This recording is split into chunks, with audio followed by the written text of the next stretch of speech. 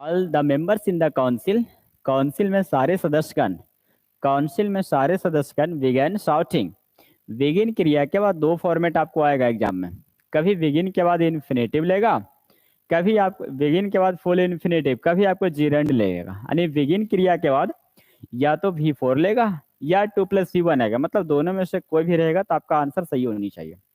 Begin क्रिया के बाद या तो 2+V1 आएगा या बिगिन क्रिया के बाद V4 आएगा, दोनों सही चलेगा, कहीं कोई दिक्कत नहीं आएगा। All the members in the council, council के सारे सदस्यगण जो होते began shouting to each other. अब बात समझिए बात को, यहाँ बिगन V2 है, V4 लगा हुआ, कोई टेंशन नहीं, लेकिन यहाँ ईच अदर थोड़ा सा ध्यान दीजिएगा। साउट टाइट होते हैं, चिल्लाना, साउट टाइट चिल्लाना या चीखना, ये ठीक है। अब ईच अदर के बारे में जानिए।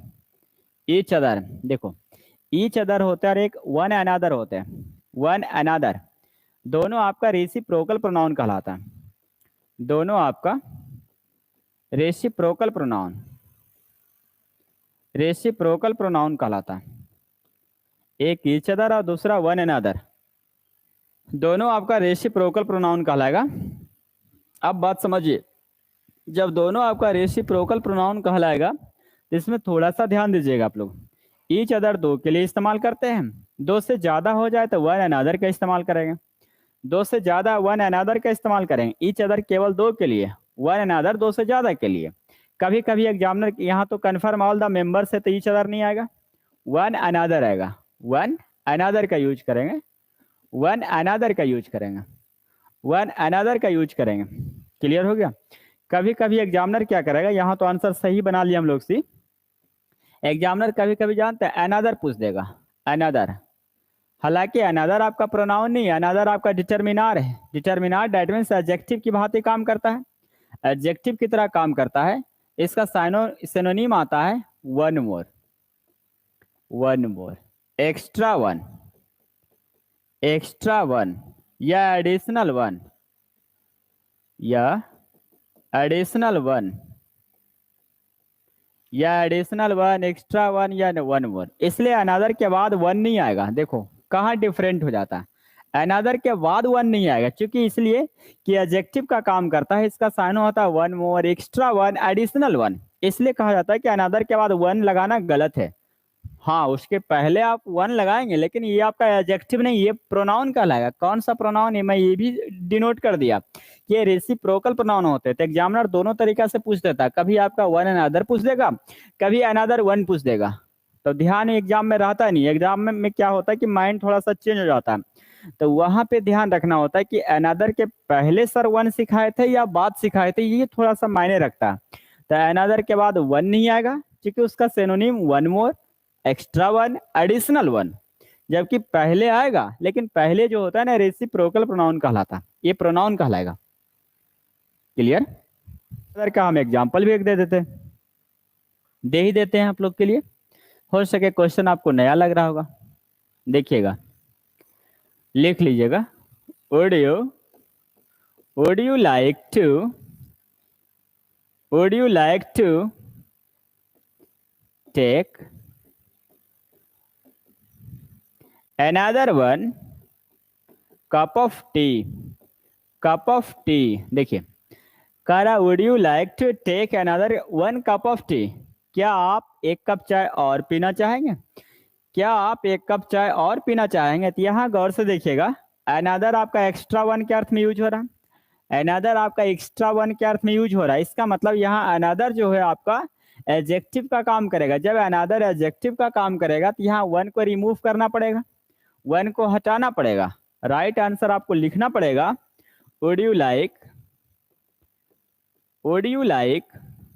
To take another cup of tea, क्या आप एक कप चाय और पीना चाहेंगे। इसका मतलब एक कप चाय ऑलरेडी हम पी चुके हैं, एक कप चाय और पीना चाहेंगे। तो यहाँ अनदर एक्स्ट्रा वन के बारे में बात कर रहा, बात समझ में आ गया होगा, एडजेक्टिव का काम कर रहा। तो यहाँ आंसर हो रहा ईच अदर नहीं, बल्कि वन अनदर राइट आंसर आएगा, वन अनदर राइट आंसर आएगा, एब्सोल्युटली राइट आंसर। यहाँ प्रोनाउन का काम करेगा। नो सूनर, जैसे ही वाक्य शुरू में आ जाए तो सबसे पहले वाक्य इन्वर्जन होते हैं। वाक्य इन्वर्जन होने का मतलब होते हैं कि सहायक क्रिया सब्जेक्ट से पहले होते हैं। वाक्य इन्वर्जन होने का मतलब होते हैं कि सहायक क्रिया सब्जेक्ट से पहले आता है। तो no sooner did the fisherman Abdul Sattar, no sooner did the fisherman Abdul Sattar see do does did के बाद V1 आता है। V1 लिखा हुआ था बस प्लग इनटू, प्लग इनटू माने होते नदी में गिरना, नदी में खाई में गिरना, plug into the river. That no sooner जहां जहां आएगा, यहां देखिए सी क्रिया के बाद V1 आता है। सी क्रिया के बाद एक एक पार्ट में आपको तोड़ के बताता हूं। सी वॉच नोटिस, नोटिस, सी वॉच नोटिस, ये सभी के बाद आपको V1 आता है ऑब्जेक्ट लगाकर। दोनों फॉर्मेट हम आपको सिखाए थे, V4 भी आता और V1 भी आता, वेयर इन्फिनेटिव भी आता, V4 भी आता। ये दोनों में आपको कभी कभी सिखाऊंगा, कुछ याद होगा तो आप देखिएगा। सी वॉच नोटिस, एक सब के बाद हम वेयर इन्फिनेटिव भी लगाते हैं और V4 भी लगाते हैं। ये थोड़ा सा लॉन्ग टर्म में चल जाता है, ये लॉन्ग टाइम को शो करता है, लॉन्ग टाइम मोशन शो करता है जो लंबे समय तक चलता है। ये आपका शॉर्ट टाइम शो करता है, अल्प टाइम शो करता है। फॉर ए वाइल, कुछ समय के लिए, थोड़े समय के लिए होता है। फॉर ए वाइल, थोड़े समय के लिए यूज करते हैं। अब देखिए क्या करते हैं, एक बार आपको याद होगा पिछले सेट में हम पढ़ा रहे थे कि मैंने उन्हें कनखी मारते हुए देखा, मैं उसे कनखी मारते हुए देखा। इसका मतलब जैसे कनखी मारा नजर पड़ गया, गौर से समझिएगा। मैं उसे कनखी मारते हुए देखा, इसका मतलब जैसे कनखी मारा नजर पड़ गया। तो यहाँ शॉर्ट टाइम हो रहा, शॉर्ट टाइम, और जैसे शॉर्ट टाइम आएगा तो कन्फर्म वेयर इन्फिनेटिव लेगा। मैं उससे नदी में स्नान करते हुए देखा, इसका मतलब स्नान कर रहा होगा नजर पड़ गया। मैं उसे सिगरेट पीते हुए देख, यानी धुकियाना ये काम कंटिन्यू मोशन हो रहा है, ज्यादा देर तक हो रहा है। मैं उसे क्या बोल सकते हैं, मैं उसे ट्रैक्टर के पीछे भागते हुए देखा। इसका मतलब ट्रैक्टर के पीछे भागने का गति आपको दिख रहा होगा कि थोड़ा समय ज्यादा लग गया होगा। लेकिन वही हम कहेंगे कि मैं ट्रैक्टर को खाई में गिरते हुए देखा, यानी जैसी खाई में गिरा नजर पड़ गया। एट रैंडम यहाँ दिख रहा था, तुरंत सडन। तो ये एक आध घंटा से ट्रैक्टर नहीं गिर रहा था, गिर रहा नहीं, बल्कि एट रैंडम। तो जहां जहां आपको सडन शॉर्ट टाइम आएगा वहां वहां आपको वेयर इन्फिनेटिव लगाना पड़ेगा, जहां लॉन्ग टाइम आएगा वहां आपको कंटिन्यूअस लगाना पड़ेगा। तो ये आपको हम पिछले क्लास में, पिछले सेट आप देखिएगा 14 नंबर या 14 ही होगा, ये सारा डिटेल्स में आपको एग्जाम्पल देकर पढ़ाया था। तो आपसे रिक्वेस्ट है कि पिछला सेट आप देख लीजिएगा, उसके बाद आगे बढ़िएगा। द सी वॉच नोटिस के बाद लॉन्ग टाइम और शॉर्ट टाइम पर डिपेंड करता है, वही लिखा हुआ। No sooner did the fisherman Abdul Sattar, जैसे ही फिशरमैन मतलब मछुआरा अब्दुल सटर, जैसे ही उसे बस, ध्यान देखो, बस नदी में गिरते हुए देखा, मतलब नदी में जैसे ही गिरते हुए, ऐसे नदी में जैसे गिरते हुए नजर पड़ा। दैन, डैट नहीं, दैन आएगा, then he immediately rowed his boat, तुरंत अपना बोट को वहां ले गया जहां बस खाई में गिरा, तुरंत ले गया। टू द साइट, तुरंत उस स्थान की ओर अपना बोट ले गया, और जम्प्ड इन, और अपने नाव से नीचे गिर गया। और अपने नाव से नीचे गिरा ना, बल्कि कूद गया। कूद गया कहाँ, पानी में कूद गया। क्लियर हो गया। No sooner did the fisherman Abdul Sattar see the bus plying into, यहाँ सी के बाद वेयर इन्फिनेटिव दिख रहा होगा, अल्प टाइम को शो कर रहा, वो भी सही है। मोशन में आएगा तो प्लग इनटू आएगा। देन नो सूनर के बाद देन आएगा, ही इमीडिएटली। मेन वर्ब के बाद एडवर्ब आता, ये भी सही है।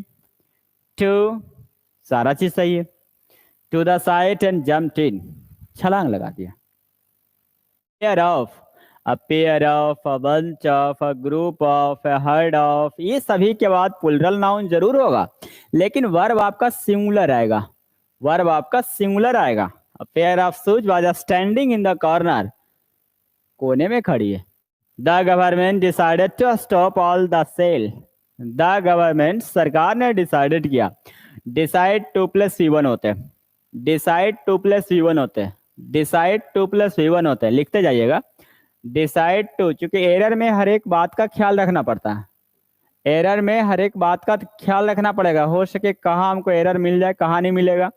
The government decided to stop, सरकार ने बंद करने का निर्णय ले लिया, बंद करने का फैसला किया। All sale of diamonds.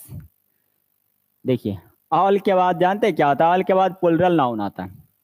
All के बाद द आर्टिकल डिटर्मिनर, ऑल के बाद द आर्टिकल नहीं रहे तो कन्फर्म है क्यों नियम हो जाएगा। कोई भी डिटर्मिनर, माई, ही, चावर, ये सब आ सकता है। काउंटेबल नाउन भी आएगा और अनकाउंटेबल नाउन भी आएगा। काउंटेबल नाउन रहेगा तो हमेशा प्लूरल फॉर्म में यूज करेंगे। अनकाउंटेबल तो हमेशा सिंगुलर होते। अब बताइए इसका क्या लगा दे। The government decided to stop, सरकार ने बंद करने का फैसला किया। किस चीज का? ऑल सेल नहीं बल्कि ऑल द सेल्स हो जाएगा। ऑल द सेल्स हो जाएगा। किसकी बिक्री? ऑफ डायमंड्स अब्रोड, मतलब विदेश में डायमंड्स की जितने भी बिक्री है, डायमंड्स में हीरो की जो सारे बिक्री है उस पर सारे पर पाबंदी लगाने का फैसला किया। सरकार ने विदेश जितने भी आप डायमंड्स की बिक्री कर रहे हैं सारे पर पाबंदी लगा दी, स्टॉप कर दिया। बिकॉज ऑफ प्रीपोजिशन है, के कारण। अब वजह बताना पड़ेगा ना किस कारण से आप बंद कर रहे हैं। द रिसेंटली, अब यहां भी देखिए सब नियम के थ्रू चलता है। बिकॉज ऑफ आपका प्रीपोजिशन है, द आर्टिकल है, द आर्टिकल आपका नाउन के पहले आएगा। तो रिवोल्यूशन आपका नाउन है, नाउन से पहले हम एडजेक्टिव लगा सकते हैं। पास्ट आपका एडजेक्टिव है, एडजेक्टिव से पहले हम एडवर्ब लगा सकते हैं। रिसेंटली आपका एडवर्ब है, रिसेंटली आपका एडवर्ब है। ऐसी परिस्थिति में आर्टिकल आपका सबसे शुरू आता है। The government decided to stop, the government decided to stop all the sales of diamonds abroad because of the recently past revolution. देखिए सारा चीज आपको फंडा समझ में आ गया होगा कि गलती कहाँ मेरा था और गलती क्यों था, उसका सही लॉजिक क्या आएगा, ये भी मैं आपको नोट करवा दिया और आप लोग नोट भी करते जाइएगा। The government decided to stop, सरकार ने डायमंड्स के, अब्रॉड माने विदेश होता है, मतलब विदेश डायमंड्स के सारे बिक्री पर पाबंदी लगाने की फैसला कर लिया। सारे बिक्री पर पाबंदी ने स्टॉप करने का फैसला कर दिया।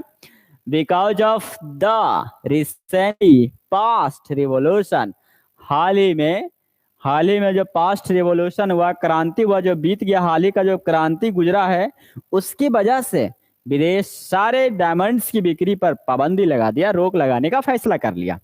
तो बिकॉज ऑफ प्रीपोजिशन है, वो सारा सही नियम है, आपका ऑल सेल नहीं बल्कि ऑल द सेल्स हो जाएगा। द एडवोकेट अधिवक्ता, अधिवक्ता समझते हैं, वकील जिसे आप कहते हैं। एडवोकेट, लिक मतलब होते उजागर करना, लिक मतलब उजागर करना। ऐसे हम लोग आमतौर पर कहते हैं ना ऐसे कि बाल्टी है, तो बाल्टी को जी कहते हैं कि फुटल बाल्टी है, बोलते हैं ना ऐसे कि यहाँ लीक हो गया। लीक हो गया इसका मतलब रिसाव हो रहा, पानी गिर रहा ठोपे ठोप, तो इसको लीक कहते हैं। बोलते हैं नाला बना गया तो नाला बोलते हैं लीक हो गया, टैंकी है तो लीक हो गया। इसका मतलब हुआ कि उसका जो मेन मोटो था उसका वायरल हो गया, उजागर हो गया, तो वही कहते हैं एडवोकेट लीक्ड। पास्ट टेंस सही है। द मैटर को उजागर कर दिया। टू द मीडिया, मीडिया से उजागर कर दिया, मीडिया से सारा बात को उगल दिया। सही सेंटेंस है तो कहीं कोई टेंशन नहीं है, तो डी लगा दो। इफ, बताइए इफ के बाद वुड हैव आएगा, इफ के बाद सब्जेक्ट आएगा, सेंटेंस में हैड प्लस V3 आएगा। दूसरा सेंटेंस आपको वुड हैव होनी चाहिए, दूसरा सेंटेंस आपका वुड हैव होनी चाहिए, दूसरा सेंटेंस आपका वुड हैव प्लस V3 होनी चाहिए, सेकेंड सेंटेंस आपका वुड हैव प्लस V3 होनी चाहिए, ठीक है। या फिर ऐसे सेंटेंस को दूसरा नियम से आप लिख सकते हो, सब्जेक्ट जो हैड है इसको बाहर आप ला सकते हैं, had plus subject plus V3।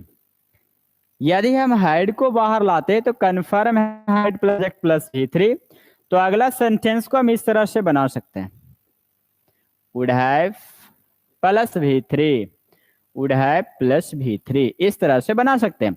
मतलब कहने का मतलब हुआ कि इफ के बाद यदि पास्ट परफेक्ट आ जाए तो अगला sentence would have plus V3 आएगा, लेकिन यहाँ तो उल्टा लिख दिया, इसमें भी वुड हैव लगा दिया, पीछे भी वुड हैव लगा दिया।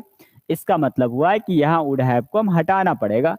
राइट आंसर एक आएगा, इफ आई हैड होगा, इफ आई हैड होगा, इफ आई हैड होगा, यानी वुड हैव को रिमूव करना पड़ेगा। या इच्छा करे कि हैड को बाहर करके लिखे तो आप लिख सकते हैं, उसमें कोई दो राय नहीं है। आप इस क्वेश्चन को आप चाहते हैं कि सर हम ऐसे नहीं दूसरा विधि बनाना चाहते तो बना दो। लिखना पड़ेगा हैड आई रियलाइज्ड।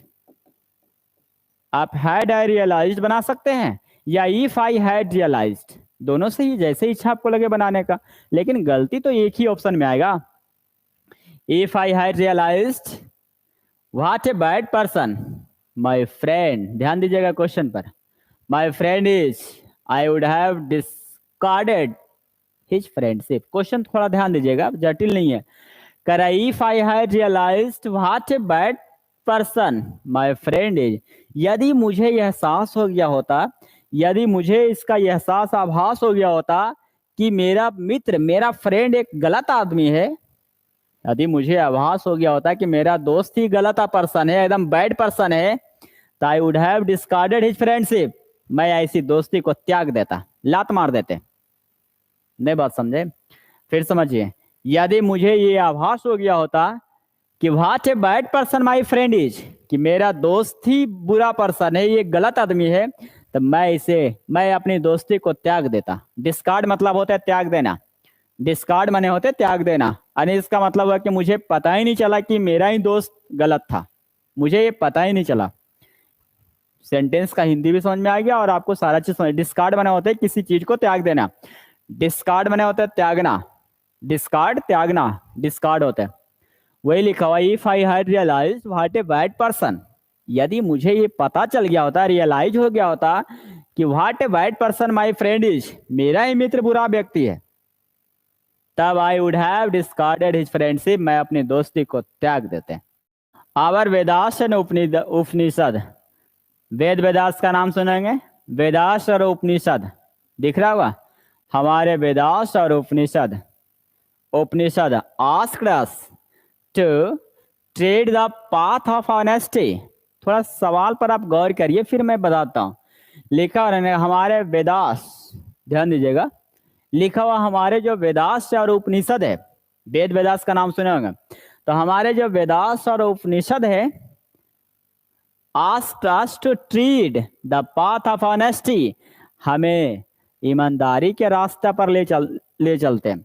वेद वेदास जो हमारा उपनिषद जो है हमें ईमानदारी के पथ पर, हमें ईमानदारी की पथ पर चलने को अक्सर करता है, हमें ईमानदारी के पथ पर चलने को अक्सर करता है, रास्ता बतलाता है। इसका मतलब कल भी बताते थे, आज भी बताते हैं और आने वाला कल भी बताएंगे। इसका मतलब हुआ कि ऐसे टेंस यदि आ जाए तो सिंपल पास्ट टेंस में यूज करेंगे। आवर वेदास उपनिषद आस्क्ड नहीं आएगा बल्कि आस्क आएगा, आस्क आएगा, सिंपल प्रेजेंट टेंस में यूज करेंगे। क्यों? क्योंकि ये देखिए एक तरह से मोरल ट्रूथ आ रहा है, एक तरह से मोरल ट्रूथ है। हमारे वेद वेदास और उपनिषद जो है हमें सच्चाई पर चलने के लिए अक्सर करते हैं। इसका मतलब करते थे नहीं, थे यदि लगा देंगे ना, इसका मतलब होगा आज वो बदल गया, करते थे नहीं करते हैं, कल भी करते थे, आज भी और आने वाला कल भी होगा, अगले पीढ़ी के लिए भी आएगा, वेद वेदास और उपनिषद। इसलिए आपका सिंपल प्रेजेंट टेंस आएगा और सिंपल प्रेजेंट टेंस के लिए आस्क होगा। यूनिवर्सल ट्रूथ हो, मोरल ट्रूथ हो, जनरल ट्रूथ हो या हैबिचुअल एक्शन हो, उसे सिंपल प्रेजेंट टेंस में यूज करते हैं, इसलिए आस्क आएगा। द स्ट्रैंडेड पैसेंजर, थोड़ा सा सवाल पर आप ध्यान दीजिएगा। द आर्टिकल जो आता है ना वो पैसेंजर्स के लिए यानी नाउन के लिए आएगा। सवाल पर थोड़ा सा एकदम गौर से देखिएगा, सारा आसान हो जाएगा। लंबा क्वेश्चन है क्योंकि मेंस में सारे क्वेश्चन डिफिकल्ट होते ही, लेकिन जब पढ़िएगा ध्यान से तो आसान बन जाएगा। द आर्टिकल किसके लिए? पैसेंजर्स के लिए, ठीक है। अब पैसेंजर्स नाउन है तो कन्फर्म स्ट्रैंडेड आपका V3 एडजेक्टिव पास्ट पार्टिसिपल के तहत, स्ट्रैंडेड आपका पास्ट पार्टिसिपल के तहत एडजेक्टिव कहलाएगा। तो द स्ट्रैंडेड पैसेंजर्स मतलब फंसे हुए यात्री, द स्ट्रैंडेड पैसेंजर मतलब फंसे हुए यात्री, मतलब जो यात्री फंसे हुए थे, जो यात्री फंसे हुए थे, इसका मतलब फंसे हुए यात्री। क्लियर? फंसे हुए यात्री, यहां तक ठीक है। अब पैसेंजर्स के अकॉर्डिंग टू वर्ब आएगा, पैसेंजर के अकॉर्डिंग टू वर्ब आएगा। Have been demanded, have been demanding, मांग कर रहे हैं, ह्यूज मांग कर रहे हैं, क्या चीज है? ये आर्टिकल आ गया तो कन्फर्म कॉम्पेंसेशन के लिए, कॉम्पेंसेशन मैंने क्षतिपूर्ति, भरपाई, और नाउन के पहले एडजेक्टिव आ सकता है, ह्यूज आपका एडजेक्टिव है, ठीक है। From the airline, from the airline compensation for होते हैं, क्षतिपूर्ति करना, लेकिन यहाँ लिखा है एयरलाइन कंपनी से। एयरलाइन कंपनी से बहुत बड़ी क्षतिपूर्ति, बहुत बड़ी बड़ी क्षतिपूर्ति की मांग कर रहे हैं। देखिए, द स्ट्रैंडेड पैसेंजर, फंसे हुए यात्रीगण, फंसे हुए जितने पैसेंजर्स थे, मतलब मान लिया जाए पटना, सपोज मान लो कि पटना से दिल्ली एयरलाइन जाएगा, दिल्ली, ठीक है। अब पटना से फ्लाइट बढ़े से करेगा और यहाँ दिल्ली जाएगा, फ्लाइट से कहाँ जाएगा भाई, दिल्ली जाएगा, ठीक है। लेकिन कुछ यात्री मौसम खराब होने के कारण या फिर एयरलाइन कंपनी की टेक्नोलॉजी प्रॉब्लम के कारण ये एयरलाइन जा नहीं पाया, सपोज समझिए ये जा नहीं पाया, तो एयरलाइन कहाँ रहेगा भाई, पटना में ही रह गया। जब एयरलाइन नहीं गया तो सारे यात्री कहाँ रह गया भाई, पटना में ही रह गया। इसका मतलब ये जो यात्री पटना में रह गया वो अपने आप को क्या कहेगा भाई, फंस गए, फंस के। द स्ट्रैंडेड पैसेंजर बोलेगा, फंसे हुए यात्री, न घर के न घाट के। तो ये फंसे हुए यात्री अब क्या कर रहा कि भाई आप तो हमारा दिल नहीं पहुंचे, नहीं है, हमारा कम से कम पैसा दे दे, नहीं दे में तो धरना, हाय हाय हाय हाय हाय हाय, मुर्दाबाद मुर्दाबाद। पैसा देगा ना भाई, आप नए तुम अथी ले गया हमको तो पैसा देगा। तो वही कह रहा है कि जो फंसे हुए यात्री थे, जो फंसे हुए यात्री था एयरलाइन कंपनी से, तो से मतलब वो सेपरेशन, तो सेपरेशन जहां जहां आएगा फोर आएगा, फ्रोम आएगा, जहां जहां सेपरेशन फ्रोम आएगा। मैं आपसे किताब लिया तो मैं आपसे किताब लिया, इसका मतलब आपसे जुदा हो रहा किताब, तो फ्रोम आएगा, फ्रोम यू। मैं पटना से आया, फ्रोम पटना। वह दिल्ली से आया, फ्रोम दिल्ली, मतलब जहां सेपरेशन आएगा वहां फ्रोम लगेगा। तो वही कह रहा है कि फंसे हुए यात्री एयरलाइन कंपनी से बहुत बड़ी मुआवजा की मांग कर रहे हैं, मुआवजा क्षतिपूर्ति की मांग कर रहा कि जो भरपाई हुआ, जो नुकसान हुआ, टिकट के पैसा तो देवे करेगा, आज एक दिन टाइम गया ओकरो पैसा दे, भरपाई करो, मांग कर रहा कौन, फंसे हुए यात्री। यानी राइट आंसर बिल्कुल सही है, हर जगह सही है। फ्रॉम जो लास्ट में प्रीपोजिशन लगा वो सेपरेशन के लिए आएगा, जहां जहां सेपरेशन के लिए आएगा वहां फ्रॉम आएगा। You can spare me 10 minutes of your valuable time, आप अपना बेशकीमती समय मेरे साथ व्यतीत कर सकते हैं, मतलब वो आपका जो एकदम मूल्यवान समय है आप मेरे साथ शेयर कर सकते हैं, मेरे साथ व्यतीत कर सकते हैं। तो ये क्वेश्चन टैग है, तो यू कैन है तो कन्फर्म कांट होगा, कांट यू आएगा, कांट यू आएगा। Daniel was one of the greatest जजेस, थोड़ा सा गलती लिखा है, यहाँ वन ऑफ आएगा, थोड़ा सा मिसप्रिंटिंग हुआ है, ये एरर में नहीं मानना क्योंकि वन सब वन ऑफ होते हैं, थोड़ा मिसप्रिंटिंग दिया गया। Daniel was one of the greatest जजेस दैट हैज एवर लिव्ड। थोड़ा विचार करिए, हम बताते हैं आपको। पहला नियम कहता है कि सुपरलेटिव, सुपरलेटिव एडजेक्टिव के बाद सिंगुलर नाउन आता है, सिंगुलर नाउन का प्रयोग करते हैं। जैसे जैसे हम बात करेंगे Nalanda, Nalanda is the most beautiful city in Bihar, in Bihar, ठीक है। नालंदा जो है बिहार में खूबसूरत शहर है, बहुत खूबसूरत है, सबसे खूबसूरत शहर तो नालंदा है। तो Nalanda is the most beautiful city in Bihar. तो यहाँ देखिए सुपरलेटिव का यूज किया गया, सुपरलेटिव एडजेक्टिव के बाद सिंगुलर नाउन आता है, बिल्कुल सही है, यह कोई प्रॉब्लम नहीं है। लेकिन समस्या अब बैठता है कि यदि सुपरलेटिव के पहले वन ऑफ आ जाए, Nalanda is one of the most beautiful city नहीं, अब सिटीज हो जाएगा, सिटीज इन बिहार। जैसे ही वन ऑफ आएगा तो समझ जाना कि ये नाउन सिंगुलर नहीं बल्कि प्लूरल फॉर्म में कन्वर्ट हो जाएगा। सुपरलेटिव एडजेक्टिव के बाद सिंगुलर नाउन आता है, लेकिन जैसे ही वन ऑफ आएगा ये सिंगुलर नहीं बल्कि प्लूरल में कन्वर्ट कर देना होगा, नोट करते जाइएगा आप लोग। अब बताइए, आंसर बना देते हैं। Daniel was one of the greatest जजेज, अब जजेज आ गया। ये नियम कहता है कि रिलेटिव प्रोनाउन अपने पहले वाले नाउन पर डिपेंड करता है, रिलेटिव प्रोनाउन अपने पहले वाले नाउन पर डिपेंड करता है कि वो वर्ब कैसा होगा। तो जजेज आपका लिखा हुआ तो हैज नहीं होगा, हैव होगा, पहले वाले नहीं जजेज के अनुसार आएगा। आज तक जितने भी जज रहे हैं उनमें से सबसे महान डेनियल थे, सबसे महान डेनियल थे। कहीं प्रॉब्लम हो तो आप पूछिए, बोलिए, और भी लिख लो, कहीं कंफ्यूजन ना हो जाए। एक दो पॉइंट और बढ़ा लीजिए। सुपरलेटिव डिग्री के बाद थी प्रेजेंट परफेक्ट टेंस का यूज होता है। सुपरलेटिव डिग्री के बाद present perfect present perfect tense का प्रयोग किया होता है। सुपरलेटिव डिग्री के बाद प्रेजेंट परफेक्ट टेंस का प्रयोग किया होता है। सुपरलेटिव डिग्री के बाद प्रेजेंट परफेक्ट टेंस का प्रयोग किया होता है। सुपरलेटिव डिग्री के बाद प्रेजेंट परफेक्ट टेंस का प्रयोग किया होता है।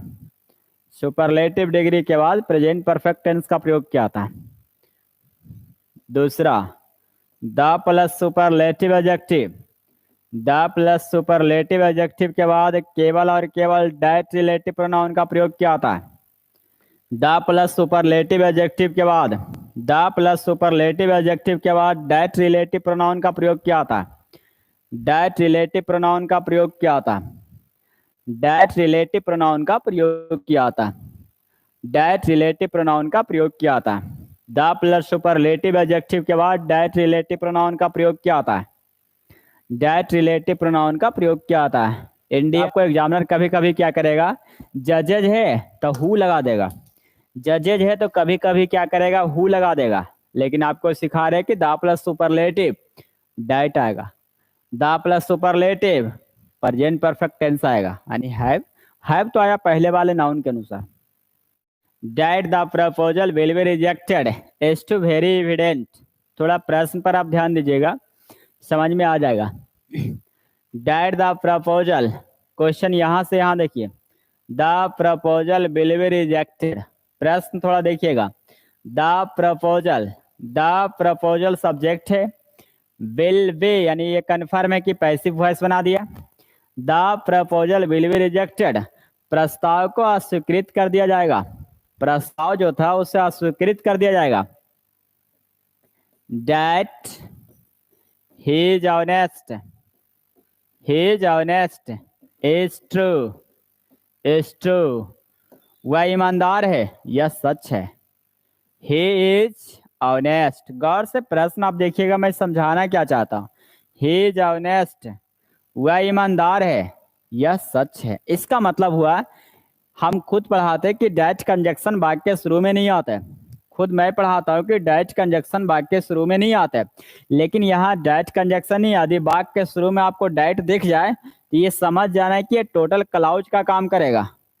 ये टोटल क्लाउज का काम करेगा, टोटल क्लाउज का काम करेगा।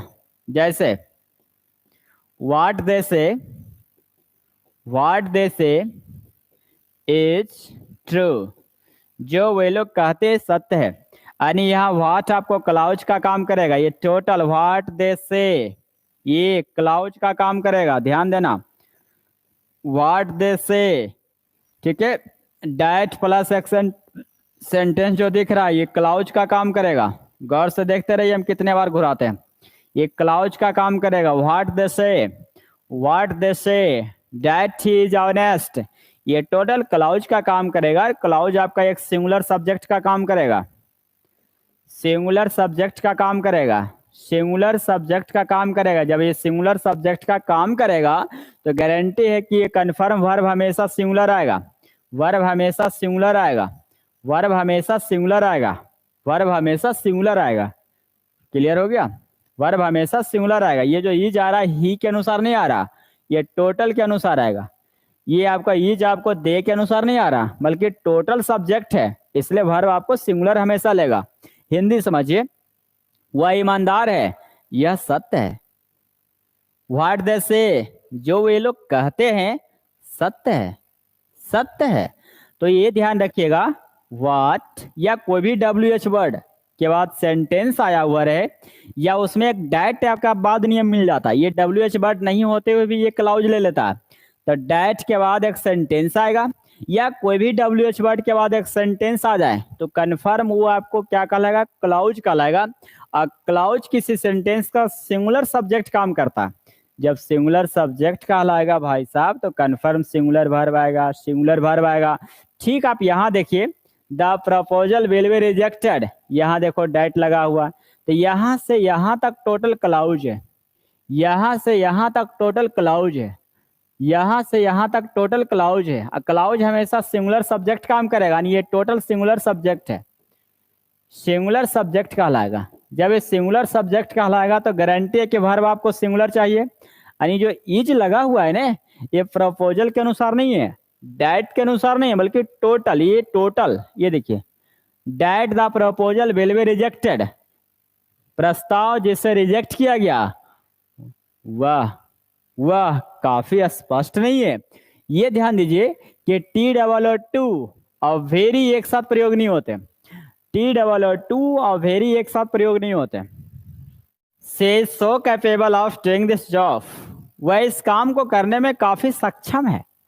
सो कैपेबल, कैपेबल ऑफ होते हैं, ऑफ के बाद V4 आता है, ये बिल्कुल सही। ये क्वेश्चन आया था एरर में, कैपेबल 2 + V1 लिखा हुआ था, तो हम वहां सिखाए थे कि कैपेबल के बाद ऑफ आएगा, फिर ऑफ के बाद V4 आएगा, शायद याद होगा कुछ आपको। से so capable of doing this job, वह इस काम को करने में सक्षम है। पहला नंबर कैपेबल ऑफ लगाइए, फिर V4 लगाइए, कैपेबल ऑफ प्लस V4, वह इस काम को करने में काफी सक्षम है, सक्षम। अब बात करिए सो की, बात करिए, देखिए नियम क्या आता है। यदि हम सो लगाते हैं तो सो प्लस एडजेक्टिव के बाद आपको डेट से वाक्य शुरू होता है, डेट के बाद एक क्लाउज आता है। सो प्लस एडजेक्टिव जब हम लगाएंगे तो एक डेट से वाक्य सेंटेंस शुरू आएगा, तो यहाँ तो सो आएगा नहीं क्योंकि डेट लिखा हुआ नहीं है। तो सबसे अच्छा उपाय है कि एडजेक्टिव है तो वेरी लगा दो, वेरी लगा दो। टू लगाते हैं तो टी डबल लगाने का मतलब हुआ कि एडजेक्टिव पीछे 2 + V1 चाहिए, ये भी नहीं होगा। टी डबल और 2 + एडजेक्टिव के बाद 2 + V1 आएगा।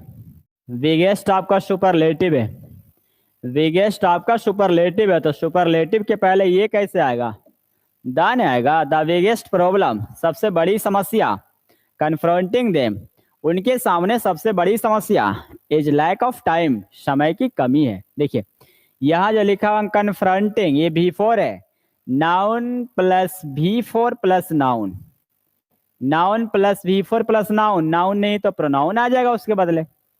The biggest problem confronting them, मतलब उनके सामने सबसे बड़ी समस्या, is the lack of time, समय की कमी है, समय की अभाव है।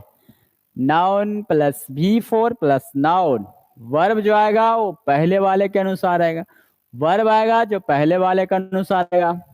Noun plus V4 plus noun present participle, और प्रेजेंट पार्टिसिपल पहले वाले नाउन के अनुसार यूज किया जाता है, पहले वाले नाउन के अनुसार यूज। यहाँ नाउन नहीं तो प्रोनाउन लगा दिया।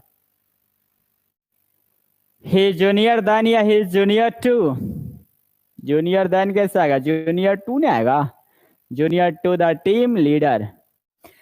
काइंडली मतलब होते विनती करना। सेंड दिस लेटर, करके इस पत्र को भेज दीजिए, इस पते पर भेज दीजिए। तो सेंड के बाद ऑन नहीं आता, सेंड के बाद टू आता है, सेंड के बाद टू आता है। Send this letter to the address given to you, देखो यहाँ लिखा हुआ एड्रेस आपका नाउन है, गिवन आपका V3 है, यू आपका ऑब्जेक्ट है। इसका मतलब हुआ the address given to you, आपको दिए गए पते पर। नाउन प्लस V3 दिख रहा है, नहीं दिख रहा तो इसको और दिखा देते आपको। काइंडली, मेरे पास सब रोग का इलाज है। बैंक का क्वेश्चन रहे, SSC का क्वेश्चन रहे, तोड़ है, तोड़ समझता है ना, 100 चोट सोनार के 1 चोट लोहार के, तो एक बिहारी सब पे भारी। द एड्रेस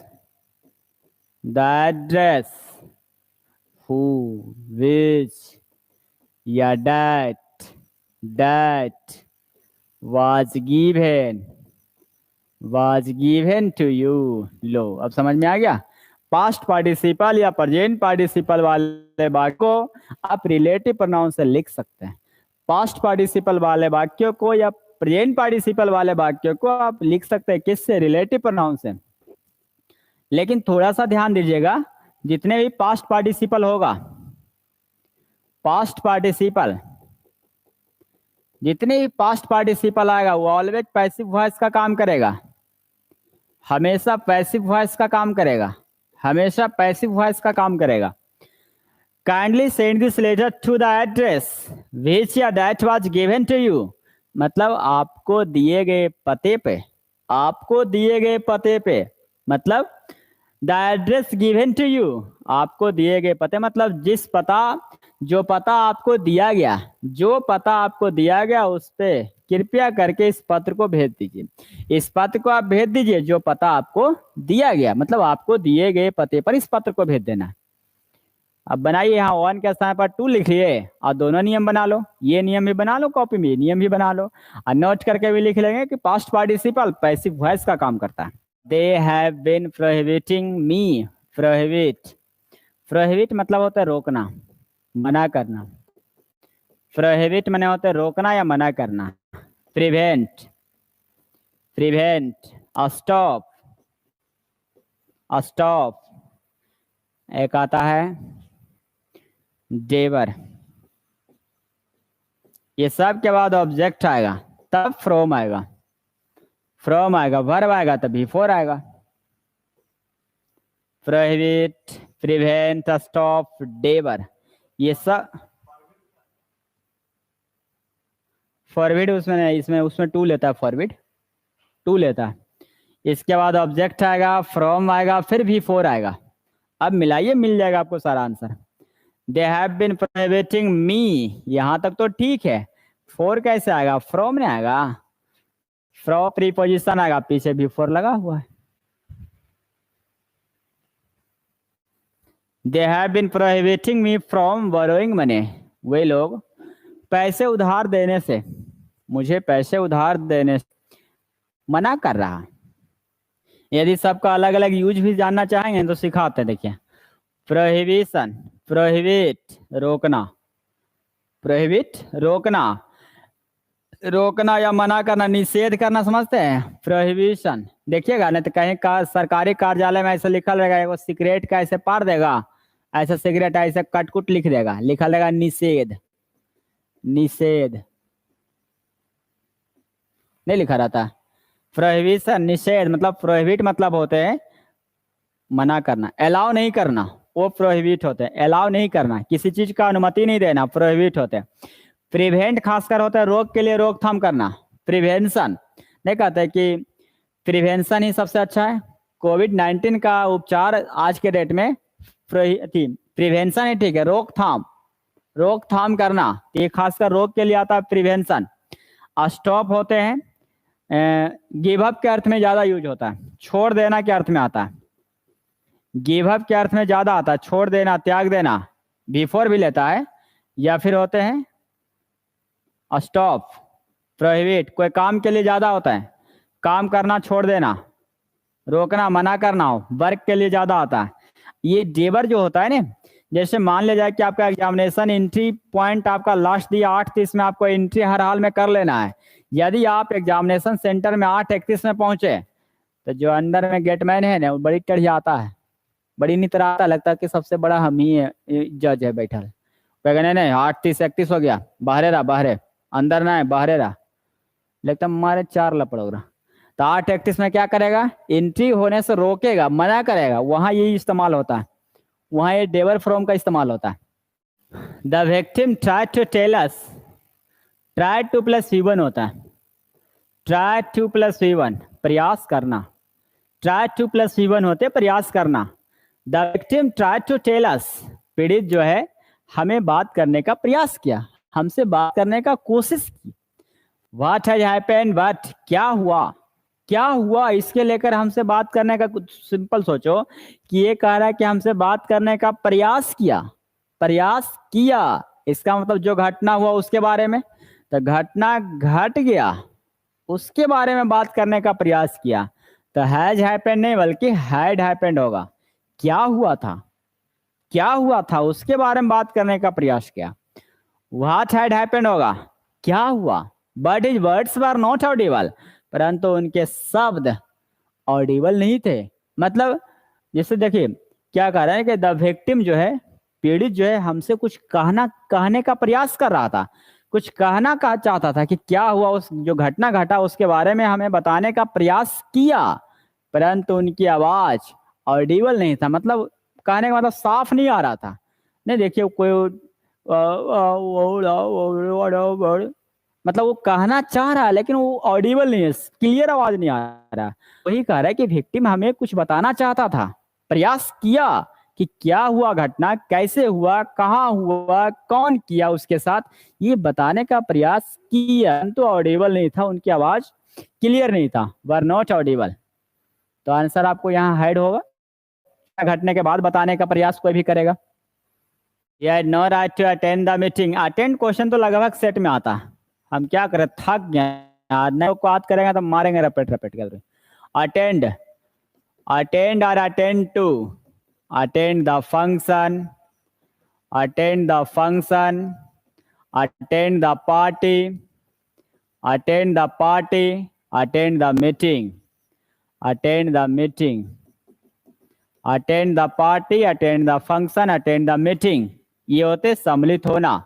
लेकिन अटेंड टू जो होता है ना, फ्रेजल वर्ब होते हैं, ये होते हैं care of, take care of, देखभाल करना, टेक केयर ऑफ, देखभाल करना। अटेंड टू होते हैं ख्याल रखना, या टेक केयर ऑफ होते हैं ख्याल रखना। He had no right to attend this meeting. उसे इस मीटिंग में अटेंड होने का कोई अधिकार नहीं था, कोई हक नहीं था, उसके पास कोई हक नहीं था। सिंस चूंकि he has not been invited for the same, क्योंकि उसे इस पार्टी के लिए इनवाइट किया ही नहीं गया था। बात समझिए अब क्या करा he had no right to attend this meeting। बात समझिएगा, करा he had no right to attend this meeting, उसे इस मीटिंग में अटेंड होने का कोई अधिकार नहीं था, कोई हक नहीं था। चूंकि सिंस चूंकि he had not been invited for the same, चूंकि इसके लिए इनवाइट किया ही नहीं गया था। तो पहले इनविटेशन की बात होगा, पास्ट परफेक्ट आएगा। नहीं बात समझे, पहले न्योता देंगे तब ने पार्टी में आएगा, तब ने मीटिंग में आएगा।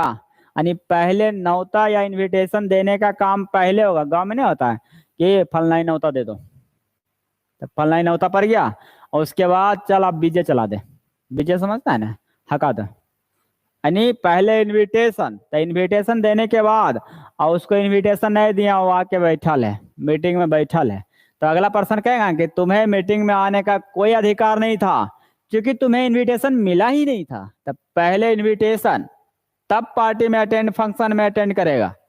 बात समझ में आ रहा होगा। तो पहले इनविटेशन, तब किसी पार्टी, फंक्शन या मीटिंग में अटेंड करेगा। तो वही कह रहा है he had no right to attend this meeting, उसे इस मीटिंग में अटेंड होने का कोई अधिकार नहीं था क्योंकि उसे इनविटेशन मिला ही नहीं था। हैज नहीं बल्कि had not been invited, passive होगा क्योंकि इनविटेशन किसी के मार्फत से दिया जाता, इनविटेशन किसी के द्वारा, क्योंकि उसे इनविटेशन मिला ही नहीं था। he had not been invited for the same नहीं आएगा, सेम नहीं, मतलब मीटिंग के बारे में बात हो रहा था। मीटिंग के लिए प्रोनाउन द सेम नहीं बल्कि ईट लगा दो, द सेम के स्थान पर ईट लगा दो। पहला नंबर टेंस सुधारेंगे और टेंस सुधारने के बाद द मीटिंग के बदले प्रोनाउन हम ईट लगा देंगे। यानी इस मीटिंग के लिए उसे इनवाइट नहीं किया गया था, इसलिए उसे इस मीटिंग में आने का कोई अधिकार नहीं था। अडॉप्ट समझते हैं, कबूतर, कबूतर समझते हैं, pigeon. First on a near tree, ध्यान दीजिए यहाँ भी पार्टिसिपल है, हमको तो पार्टिसिपल दिख जाता है तुरंत, यहाँ आपको नाउन दिख रहा। फर्स्ट आपका V2 नहीं है बल्कि यहाँ V3 काम करेगा। ऑन ए नियर ट्री, ये पार्टिसिपल हो गया, पास्ट पार्टिसिपल, ठीक है। सी, ये आपका डॉफ के अनुसार आएगा। The danger and drop a leaf into the water, and समान शब्द को जोड़ता है तो ये V2 दिख रहा। अब समझिए बात को, a dove first on a near tree, Hindi समझिएगा, noun plus V3 plus noun. Hindi कह रहा है कि पास के ट्री पर, पास के ट्री, पास के जो वृक्ष था, पास के ट्री पर रहने वाले कबूतर, पास के ट्री पर रहने वाले कबूतर ने, कबूतर को चींटी दिखाई दिया, चींटी पर नजर पड़ा, और drop a leaf into the water, और पानी में एक पत्ता गिरा दिया। देखिए नियम क्या कह रहा, ये मान लो वृक्ष है, वृक्ष बन गया, ठीक है भाई, ये नीचे पानी तालाब है, पानी ये तालाब है, ठीक है भाई, इस पे कबूतर रहता है, इस पे कबूतर रहता है, कबूतर बना देते हैं, मान लो नहीं कबूतर है, ये कबूतर रहता है, ठीक है। अब कह रहा पास के ब्रिज पर एक कबूतर रहा, कबूतर रहने वाला जो बसने वाला कबूतर रहने वाला कबूतर को एक चींटी दिखाई दिया, यहाँ एक चींटी ब्रिज पर से गिर गया होगा, ये वो चींटी, ये उपडुब हो रहा था बेचारा, मर रहा होगा, डुब हो रहा होगा, तब इसको नजर इस पर पड़ा, इसको नजर इस पर पड़ा, तुरंत क्या किया, एगो पत्ता नीचे गिरा दिया, क्या किया भाई, एगो पत्ता नीचे गिरा दिया, ऐसा होता है ना, एगो पत्ता नीचे गिरा दिया, पत्ता इसलिए गिराया ताकि ये चींटी इस पर आकर चढ़ जाए और ये पत्ता अपने आप किनारा लगेगा तो चींटी बच जाएगा। ये पढ़ने के लिए आया था, 3 या 2 क्लास में पढ़ने के लिए कहानी आया था। तो यही क्वेश्चन यहाँ कह रहा है, क्या dove first on a near tree, पास के ब्रिज पर रहने वाले कबूतर, पास के ब्रिज पर रहने वाले कबूतर, इसका मतलब वो जो कबूतर पास के ब्रिज पर रहते थे, बात समझ में आया, जो कबूतर पास के ब्रिज पर रहते थे उसी को दिखाई दिया। अगला सेंटेंस कर रहा, drop a leaf into the water, पानी के नीचे क्या, एक पत्ता गिरा दिया, पत्ता गिरा दिया ताकि वो चींटी बच सके। सी नहीं बल्कि सिंपल पास्ट टेंस आएगा, तो सिंपल पास्ट टेंस से तो आसान आएगा, क्योंकि ये घटना पास्ट का है, जब घटना पास्ट का है तो सिंपल पास्ट टेंस होगा, सुधार लेंगे। आंस डेंजर मतलब वह चींटी खतरे में दिखाई दिया, नजर पड़ा रही चींटी खतरा में डूब रहा, तुरंत वो क्या किया, पत्ता नीचे गिरा दिया, बच के निकल गया। तो सिंपल पास्ट टेंस तो सिंपल पास्ट टेंस यूज करेंगे। अब बोलिए कि पार्टिसिपल कैसे भाई, ये पार्टिसिपल समझ में आ गया आपको, पार्टिसिपल, ये participle noun plus V3 plus noun, dove first on a near tree, पास के ब्रिज पर रहने वाले कबूतर, यानी जो कबूतर पास के ब्रिज पर रहते थे उसी को चींटी पर नजर पड़ा, उसी को चींटी पर नजर पड़ा, और वही कबूतर पानी में एक पत्ता गिरा दिया। Clear? Last year, last month, last week, last day, last night, last decade, last century, ये सभी का यूज हम सिंपल पास्ट टेंस में करेंगे। ये सभी का यूज सिंपल पास्ट में, two Italian prisoners of war, युद्ध के 2 इटालियन कैदी, युद्ध के माने युद्ध वाले जो 2 इटालियन प्रिजनर्स था, कैदी था, escape from a prison camp, prison camps in Kenya during the war, युद्ध के दरमियान केनिया में प्रिजन कैंप से फरार हो गया, भाग गया, तो सिंपल पास्ट टेंस में यूज करेंगे तो एस्केप्स नहीं बल्कि एस्केप फ्रॉम होगा, ईडी लगेगा, एस्केप्ड हो जाएगा, एस्केप के बाद फ्रॉम आता है तो फ्रॉम लगा हुआ है, यानी यहां सुधारेंगे, escape from a prison camp in Kenya, last year, last month, last week, ये सभी का यूज हम पास्ट टेंस में करते हैं, ये सभी का यूज हम सिंपल पास्ट टेंस में करते हैं। Last year 2 Italian prisoners of war escaped हो जा, he walks as if का एक बार क्वेश्चन आ चुका है, as if, as if अथवा as the के बाद सब्जेक्ट सिंगुलर हो या प्लूरल फॉर्म उससे मतलब नहीं रखता है, इसमें 2 फॉर्मेट आता है, या तो आपका वर्ब का इस्तेमाल करेंगे या सिंपल पास्ट टेंस का यूज करेंगे, दोनों फॉर्मेट आपको सिखा देता हूं।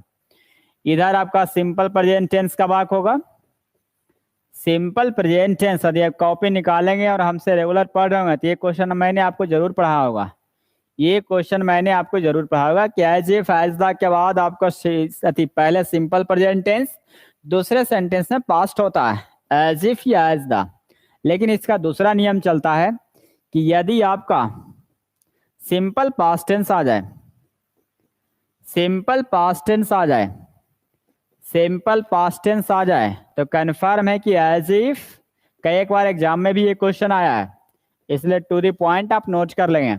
दूसरा सेंटेंस आपको हैड प्लस V3 आएगा, दूसरा सेंटेंस हैड प्लस V3 आएगा, दूसरा सेंटेंस आपका हैड प्लस V3 आएगा। तो इसका पहले हम आंसर बना लेते हैं, ही वॉक्स, वैसा चलता है मानो कि, ऐसा चलता है मानो कि पृथ्वी उसकी ओर झुकी हुई है। बिलोंग्स नहीं बल्कि बिलोंग्ड आएगा, बिलोंग्स नहीं बल्कि बिलोंग टू हिम होगा। सुधार लेंगे, बिलोंग्स के स्थान पर बिलोंग्ड होगा, बिलोंग्स के स्थान पर बिलोंग्ड होगा। क्लियर हो गया, सिंपल पास्ट टेंस बन गया। क्योंकि ये सिंपल प्रेजेंट टेंस है तो सिंपल पास्ट टेंस आएगा। लेकिन इसका एक एक्सेप्शनल रूल भी आता है, सिखा देना चाहता हूं आप लोग को। इसका एक एक्सेप्शनल रूल आता है जो सीख लीजिए आप। यदि सेंटेंस, ध्यान दीजिएगा, यदि एज इफ, यदि एज इफ या एज द,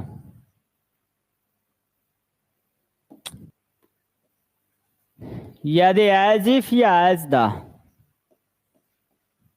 के पहले मेन वर्ब के रूप में look, same, sound, feel, feel, smell, smell लिख लेना, बोर्ड सही काम नहीं कर रहा। Smell, look, same, sound, feel, smell,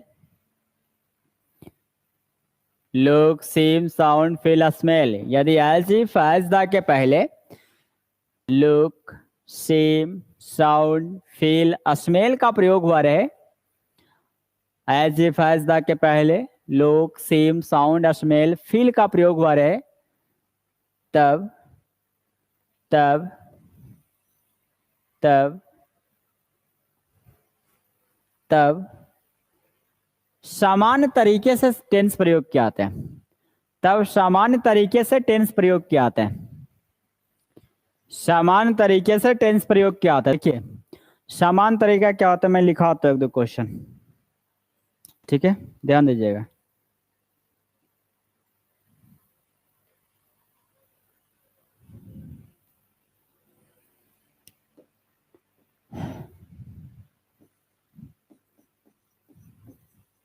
You look as if you have not, you haven't slept। आप ऐसा प्रतीत होते, आप ऐसा मालूम पड़ते जैसा लगता है कि आप सोए नहीं है, आप ऐसा प्रतीत होते जैसा लगता है सोया नहीं। ये देखो सिंपल प्रेजेंट टेंस है, इधर भी प्रेजेंट टेंस लिखा है, टेंस में कोई बदलाव नहीं आएगा।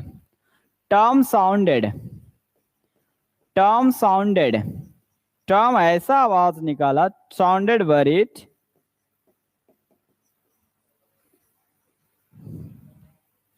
या साउंडेड केवल लिखो ना, sounded as if he was worried. Tom ने ऐसा आवाज निकाला जैसा लग रहा है दुखी था। देखो ये सिंपल पास्ट टेंस, इधर भी simple past tense, singular subject है फिर भी वाज लगा हुआ है, यहाँ वर नहीं लगा सकते आप, क्योंकि एज इफ के पहले साउंड लुक का यूज किया गया। इसके पहले वाला क्वेश्चन में डिफरेंट था।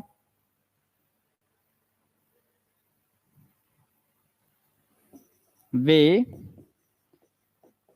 took an umbrella, took an umbrella, छाता ले लो, with us, because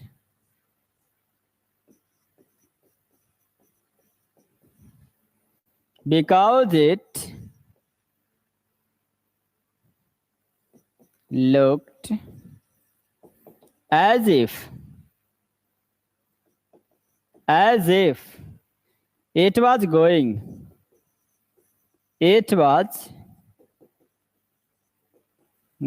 to rain, it was going to rain।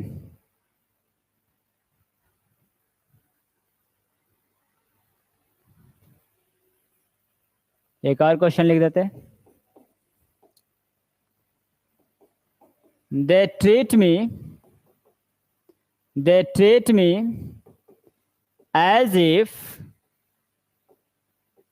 I was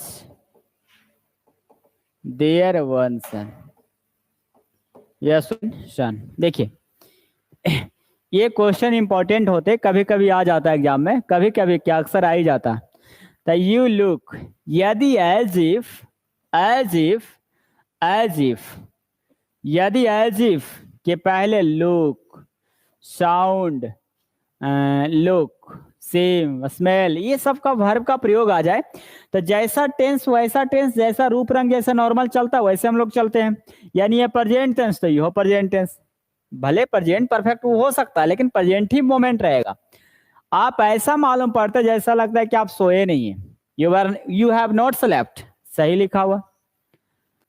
Tom sounded, Tom ऐसा बोला, अरे मैं, अरे भैया, टॉम ने ऐसा आवाज निकाला, ऐसा साउंड किया जैसा लगता है कि वो दुखी था। ये पास्ट टेंस है, ये भी पास्ट टेंस, यहाँ ही सिंगुलर तो singular verb. Way took an umbrella with अस, हमें छाता ले लेना चाहिए, हमें छाता ले लेना होगा। We took an umbrella with us, हमने अपने साथ छाता ले लिया।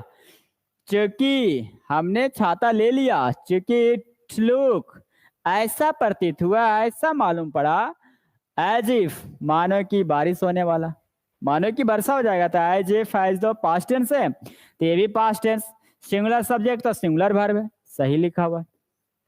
अब अगला सेंटेंस देखिए, दे ट्रीट मी, वे लोग मेरे साथ ऐसा ट्रीट करता है, वे लोग मेरे साथ ऐसा ट्रीट करता है, ऐसा बिहेव मेरे साथ करता है, मानो कि मैं उनका अपना पुत्र हूं, मैं उनका अपना पुत्र हूं, मेरे साथ ऐसा बिहेव करता है कि मैं मानो कि मैं उनका अपना पुत्र हूं। इसका मतलब हुआ कि आई यहाँ आई जी फैजदा के पहले ना तो लुक है, ना सेम है, ना फील है, ना साउंड है, तो यहाँ आई के बाद वाज लगाना गलत है। यहाँ आई के साथ वर का इस्तेमाल करेंगे, आई के साथ वाज नहीं वर आएगा। ये देखिए सिंपल प्रेजेंट टेंस है तो पास्ट में चला गया, ये प्रेजेंट सिंपल है तो पास्ट में चला गया, इसलिए कि ये दोनों मोमेंट को आप ध्यान रखिएगा कि यदि एज इफ एज द के पहले look seem sound feel smell आ जाए तो जैसा टेंस हम नॉर्मल यूज करते हैं वैसा करेंगे, प्रेजेंट प्रेजेंट पास्ट पास्ट। लेकिन यदि आपको एज इफ एज द के पहले ये सभी लुक सिम साउंड नहीं रहे तो ये प्रेजेंट तो पास्ट, सिंगुलर सब्जेक्ट तब पर भी बार आ जाएगा। क्लियर, लिख लो।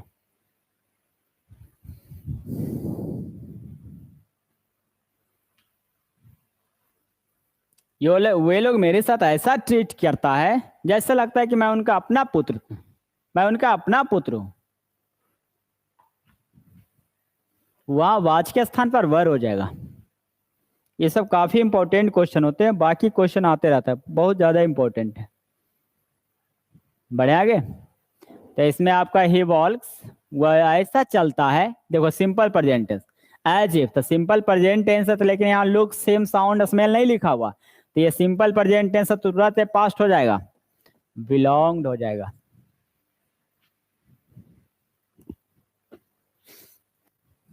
The clerk was not intimidated, clerk was passive not intimidated, be form के बाद भी थ्री आता है। The clerk was not intimidated by his boss bullying, अपने बॉस की धमकी से नहीं डरा, अपने बॉस की धमकी से क्लर्क नहीं डरा। कोची कर लमी कुछ कहो ही मत करे क्या, तब अपने बॉस मतलब ही जाए जो अपने बॉस के, बुलिंग मैंने होता है धमकाना या डराना, डराना या धमकाना बुलिंग होता है। अपने बॉस के डराने या धमकी से वो नहीं डरा। इंटिमिडेट मैंने होता है डराना या धमकाना, वर्ब हो गया, ये आपका नाउन हो गया। सही लिखा हो तो सही आएगा, दो नाउन एक साथ नहीं होते, पहले वाले नाउन के साथ अपोस्ट्रॉफ है, ये भी सही है, बाई लगा दिया इसका मतलब पैसिव वॉइस है, बी फॉर्म के बाद भी थ्री पैसिव वॉइस आएगा, सही लिखा हुआ।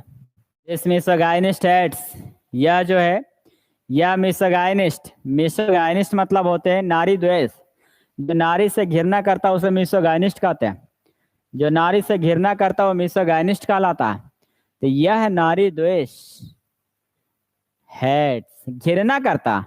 ऑल मदर इन लॉ, बोलो ऑल के बाद नाउन सिंगुलर आएगा, मदर्स इन लॉ हो जाएगा, क्या आएगा mothers in law, mothers in law हो जाएगा, mothers in law, all mothers in law right answer होगा।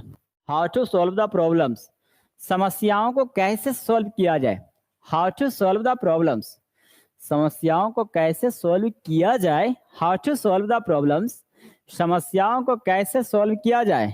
इज मतलब is the main concern of the organisations, is the main concern, the main concern के अनुसार सिंगुलर वर्ब आया। The main concern of the organisation at the moment, इस समय, eight the moment माने वो इस समय संगठनों के लिए सबसे बड़ी चिंता है, मुख्य चिंता है। समस्याओं को कैसे हल किया जाए, समस्याओं को कैसे निपटारा किया जाए, इस समय संगठनों के सबसे मुख्य टेंशन यही है, सबसे बड़ा टेंशन यही है कि समस्या को कैसे निपटारा किया जाए। तो यहाँ जो लिखा गया how to solve the problem, समस्याओं को कैसे हल किया जाए, ये मुख्य समस्या है, यही मेन समस्या है। Is the main concern of the organisation at the moment, at the moment मतलब होते एट प्रेजेंट, एट प्रेजेंट या प्रेजेंटली, या प्रेजेंटली, या प्रेजेंटली वर्तमान समय में, एट द मोमेंट या एट प्रेजेंट या प्रेजेंटली, प्रेजेंटली वर्तमान समय में, इस वक्त समस्या से कैसे निपटारा किया जाए, संगठन का मुख्य टेंशन यही है। आंसर आपका सही है तो सही आंसर लगा दो। We requested the watchman to clean up the basement, हमने बेसमेंट को साफ सफाई करने के लिए वॉचमैन से रिक्वेस्ट किए। बेसमेंट मतलब जो फर्श होते हैं, नीचे जो सतह होते हैं, उसकी साफ सफाई के लिए वॉचमैन से हम विनती किए। वॉचमैन से हम क्या किया, विनती किए, भाई साफ कर दो ना थोड़ा सा।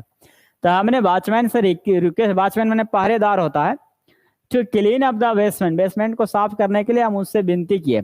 सो डैट, ताकि the children had enough space to play, ताकि बच्चे को खेलने के लिए पर्याप्त जगह मिल सके। देखिए so that conjunction of purpose, conjunction of purpose मात्र 4 होते हैं। कंजक्शन ऑफ पर्पस जो आता है डैट आता है, सो डैट आता है, या इन ऑर्डर डैट आता है, या इन ऑर्डर डैट होता है, या लेस्ट होता है। ये 4 आपका कंजक्शन ऑफ पर्पस होते हैं, that, so that, in order that, lest. तो that, so that, in order that, ये जो 3 आपको दिख रहा, ये 3 के बाद मे या माइट आता है। मे या माइट का यूज करते हैं, या तो मे का इस्तेमाल करते हैं या हम माइट का इस्तेमाल करते हैं, या तो हम मे का इस्तेमाल करेंगे या माइट का इस्तेमाल करें। जबकि लेस्ट के बाद शुड आता है, जबकि लेस्ट के बाद मॉडल वर्ब शुड आता है। डैट, सो डैट या इन ऑर्डर डैट के बाद मे या माइट आएगा, जबकि लेस्ट के बाद शुड आएगा, लेस्ट के बाद शुड आएगा। That, so that, in order that के बाद मे या माइट आएगा, लेस्ट के बाद शुड आएगा। ये 4 कंजक्शन उद्देश्य बतलाने के लिए प्रयोग होता है। अब बताइए, बन जानी चाहिए। The we requested the watchman to clean up the basement, हमने बेसमेंट को साफ सफाई करवाने के लिए, करने के लिए वॉचमैन से हम रिक्वेस्ट किए, ताकि द चिल्ड्रेन हैड नहीं बल्कि हो जाएगा might have, might have, past tense पीछे इसलिए मे का पास्ट माइट होगा। Might have enough space to play, अब मॉडल वर्ब के साथ V1 चाहिए तो हैड का V1 हैव होगा, तो might have enough space to play, ताकि बच्चों को खेलने के लिए पर्याप्त जगह मिल सके, पर्याप्त जगह मिल सके। मतलब समझ में आ गया होगा, that, so that, in order that या लेस्ट के बाद मे या माइट, जबकि लेस्ट के बाद शुड आता है। ये सारा कंजक्शन ऑफ पर्पस है। ये 3 के बाद मे माइट, जबकि लेस्ट के बाद शुड आता है।